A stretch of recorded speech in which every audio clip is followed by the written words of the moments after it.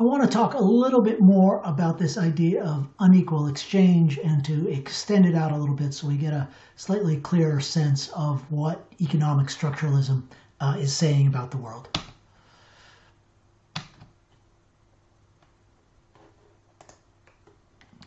So essentially, when I say extending this idea of unequal exchange, it's the same thing in different words of saying we're talking about extending Marx's idea of the value theory of labor, right? How do economic structures lead to the concentration of wealth? And of course, the question that people want to ask is, how can they be rearranged so that they lead to greater equity, right? So in this perspective, equality and inequality become central questions, both in economics and in politics. So for international politics, a key question is, what impact does trade between countries have on equality of wealth? And liberals argue, and we're going to show this mathematically later in the quarter, liberals argue this idea that a rising tide lifts all boats, that when you trade, overall the economy of the world becomes more efficient, overall there's more wealth in the world, and that when the world is more wealthy, everybody in it is more wealthy. Economic structuralists take issue with this idea.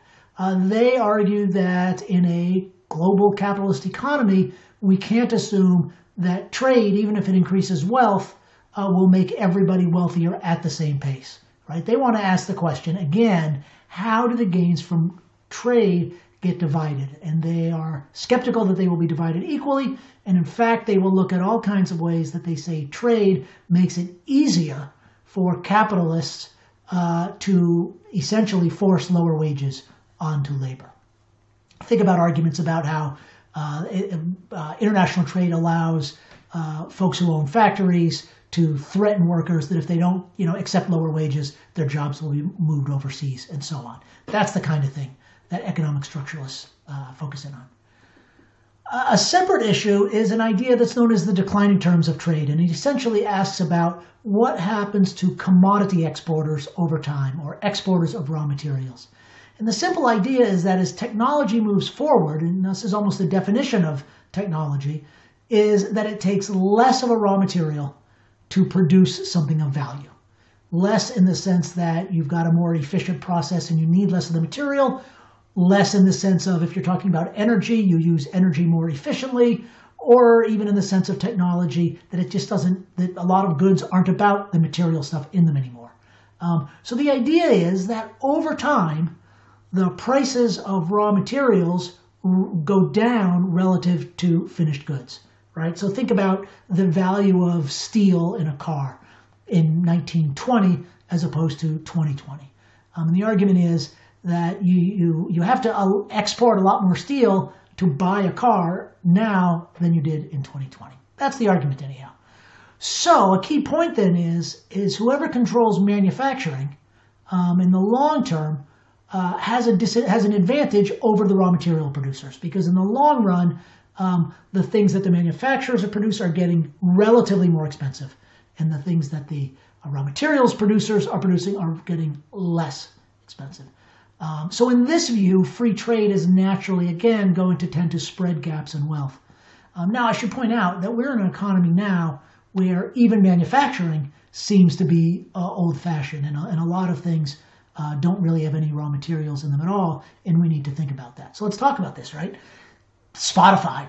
There's no raw materials in Spotify. I mean, other than the computers that the coders use. Fortnite, everybody loves Fortnite. Office, the program I use to make these presentations, none of that stuff has any steel in it at all. Or even if you think about your phone, there's a tiny amount of silicon and copper and some other raw materials in your phone, but essentially all the value is in the technology. So in this view, being a raw materials exporter doesn't do you much good. So then there's a question, well, I should say internationally, then there's a question of how can countries move themselves over time from being raw materials exporters to producers of manufactured goods and ultimately of technology goods. And of course, that's why everybody wants to try to replicate Silicon Valley, or why 70 years ago, everybody wanted to try to replicate Detroit. So how do you remedy inequality domestically? Well, there's a lot of things that people have pointed out to over the years. So strong labor unions was a big focus in the early part of the 20th century, especially in the United States, at different times in other places. Minimum wage laws, right, to say no matter how much power an owner has, they've got to pay you at least some minimum wage. Progressive taxation does it differently, right? It says, yeah, the people who own the means of production are going to make a lot of money, but we're going to tax them at a high rate, and we're going to tax the workers at a lower rate. Or, of course, what many people who come from an economic structuralist perspective are going to say is do we need socialism to do this, right? A lot of people are going to argue that capitalism can't be reformed, that unions and minimum wage laws and progressive taxation will always do just enough to keep the people from rebelling, but they're never really going to make the system fair. So that among the classic Marxists, and this was a big debate among European Marxists in the late 19th, early 20th century, and they sort of divided over this very bitterly. Can capitalism be reformed into what we might call either social democracy or democratic socialism, or must it be overthrown? And then we also get to this question of how to remedy inequality internationally. Right? And again, liberals say more free trade. They say the more free trade there is in countries adopting better economics policies, the poor will rise faster than the rich. The economic structuralists say no dice. It's not going to happen. You've got to intervene in the economy to protect the industries in developing economies, and potentially actually then to retreat from international trade to prevent exploitation. Now, this leads to, there's an old saying that politics leads to strange bedfellows, right? Some of these arguments that you see being made by economic structuralists are actually made by, supporters of the Trump administration in this country, and of course by Trump himself. And so sometimes there's a little bit of irony here.